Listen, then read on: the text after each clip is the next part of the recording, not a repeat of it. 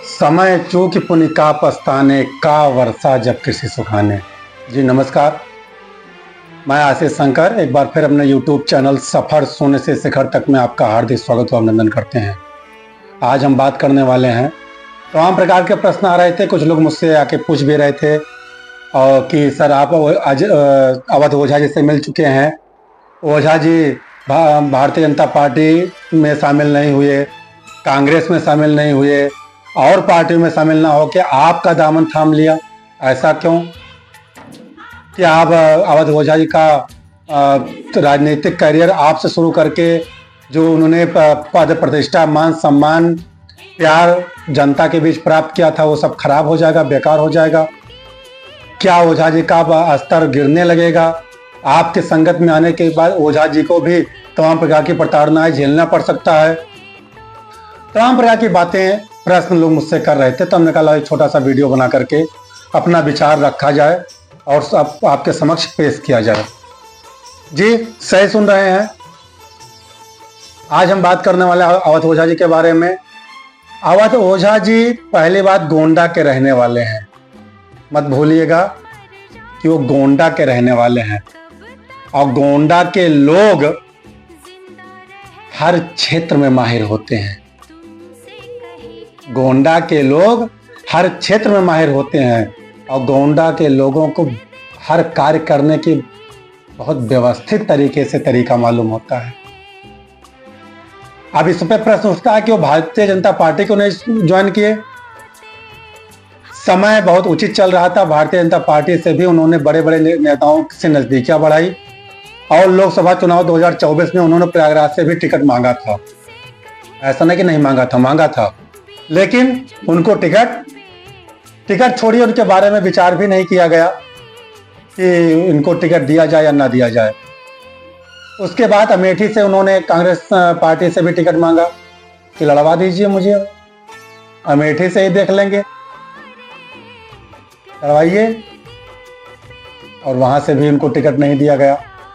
होते करते उन्होंने सोचा कि ये एक जगह है कि जहां हम मांग रहे हैं मुझे सम्मान नहीं मिल रहा है, और एक पार्टी है जो मुझे बुला रही है। दोनों होता है, एक होता है, कहा जाता है गांव की भाषा में कि लेव दहू, और एक होता है लाव दहू। तो ओझा जी खुद पार्टी में जाना चाहते थे, तो वो पार्टियां उनको अपने में शामिल करके कहीं से वो चुनाव नहीं लड़वाना चाहती थी, और एक पार्टी उनको खुद बुलाना चाह रही थी, वो वहां जाना नहीं रहे थे। एक समय आया, उन्होंने आपका दामन थाम लिया। अब क्या होगा, करियर कैसे होगा, ये ईश्वर जाने, लेकिन जहां तक मेरा विचार है, नोट कर लीजिएगा कि राजनीतिक जीवन इनका बहुत व्यवस्थित शुरू हो जाएगा। और ये डेफिनेट है, आज ही नोट कर लीजिएगा कि अगर ये विधानसभा दिल्ली के किसी भी सीट से लड़ाए जाते हैं तो चुनाव जीत जाएंगे, 100% जीत जाएंगे, और चुनाव जीतने के बाद ये राजनीति करेंगे।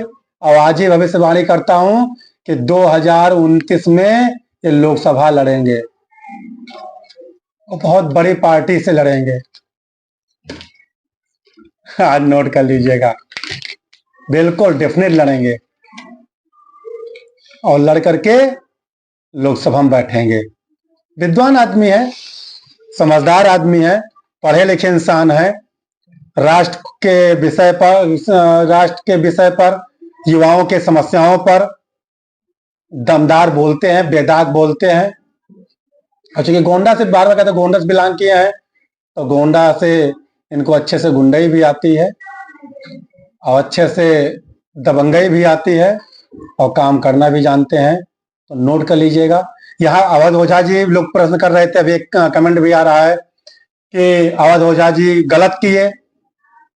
अवध ओझा जी कोई गलत नहीं किए हैं, उन्होंने ऑफर दिया था कि हमें रख लो। शायद ये सब पार्टियां, भारतीय जनता पार्टी या कांग्रेस पार्टी, उनको उतना मान सम्मान तवज्जो नहीं दी, जिस वजह से उन्होंने कहा छोटी पार्टी से ही करियर शुरू किया जाए।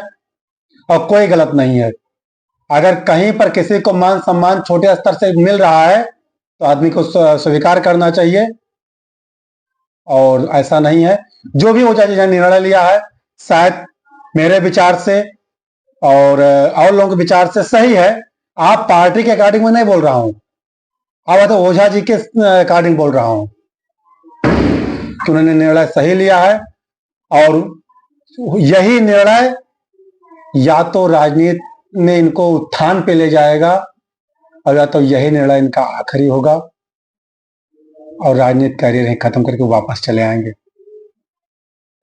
ये नोट कर लेना, यही इनका आर होगा या पार होगा। और अगर यहीं से ये उठ जाएंगे, नोट कर लेना, बिल्कुल डेफिनेट। अब क्या होगा समय बताएगा, आने दीजिए, आप भी समय का इंतजार कीजिए, हम भी समय का इंतजार करते हैं। और ओझा जी जो गोंडा से रहने वाले हैं, गोंडा से हम भी बिलोंग करने वाले हैं, इसलिए उनको अग्रिम शुभकामनाएं कि उनका राजनीतिक जीवन बहुत ही अच्छा हो, बहुत ही सुखद हो, इससे गोंडा वासियों को लाभ मिले। जय हिंद, जय भारत। अगर वीडियो अच्छी लगी हो तो लाइक कीजिए, कमेंट कीजिए, शेयर कीजिए और ओझा जी के विचार को समझने के लिए कमेंट करते रहिए।